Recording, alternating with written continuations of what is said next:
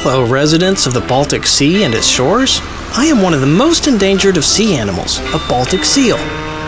My name is Intrerbaltic, and I would like to tell you about my life in the extremely unquiet waters of the Baltic Sea. To tell you the truth, its waters are unquiet not because of storms, but people who organize transport in the way my good acquaintances, the crabs, organize their weddings. This organizational chaos affects my diet as well. I, for example, could be enjoying fresh salmon from Norway. But due to transport peculiarities of the Baltic states, I can't do that. Fish travels too long, and it would be difficult to enjoy it.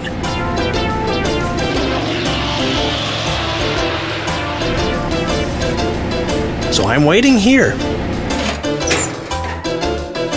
Why don't they bring me fresh fish?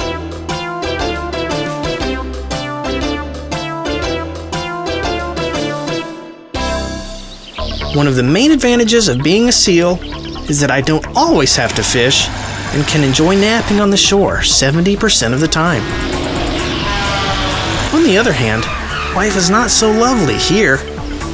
Hey mate, can you tell me how to get to Sweden? See what he thought up?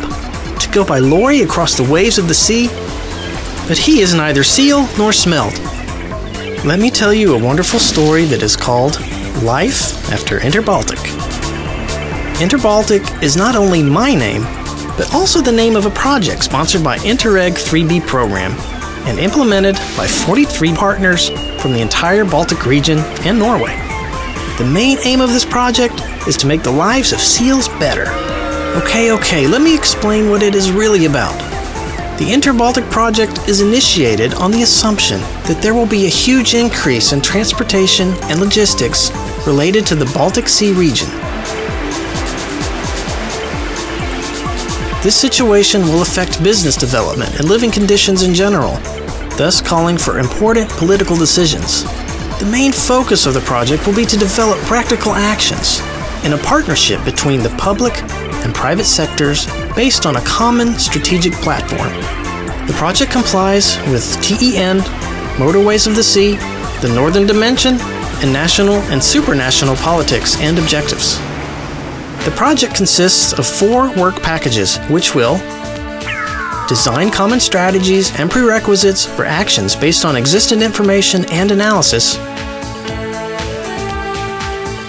build an ICT framework for intermodal transport planning in the region, bring strategies and plans onto concrete actions based on groups of key products.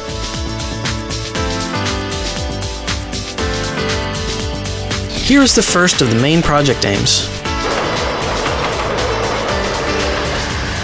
As road networks become more congested, other modes of transport will need to take an increasing role. But coordinating the various modes requires more than just timetables. Integration needs to span differing technical, operational, and commercial cultures. Scientists and specialists of the transport sphere are trying to create transport routes, models, and schedules, which will allow an increase in the effectiveness of transportation, establish cooperation between different transport businesses, connect different commercial cultures, regulate the stream of cars on the roads, and decrease air pollution. I would call it ecological beach lounging. The second aim of the project is also well known for me. Just like the languages of Norway and Sweden, the tread songs of the Baltic seal and the North seal sound identical to the majority, but that's far from the truth. Sharing information in the transport sector is complicated enough. One of the most significant achievements in this part of the project is creating the ICT network, which enables the coordination and planning of cargo flow in the United Baltic Sea region. The Intrerbaltic specialists are creating a united system which will coordinate transport participants' actions and activities while expanding the effectiveness of transport and increase the competitive ability of the region in the global transport chain network. I would call it group power. The power of cooperation.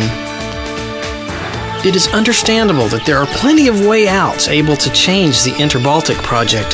Here are some of them.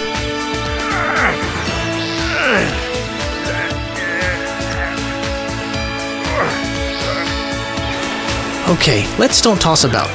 Personally, I would trust the people of Intrerbaltic.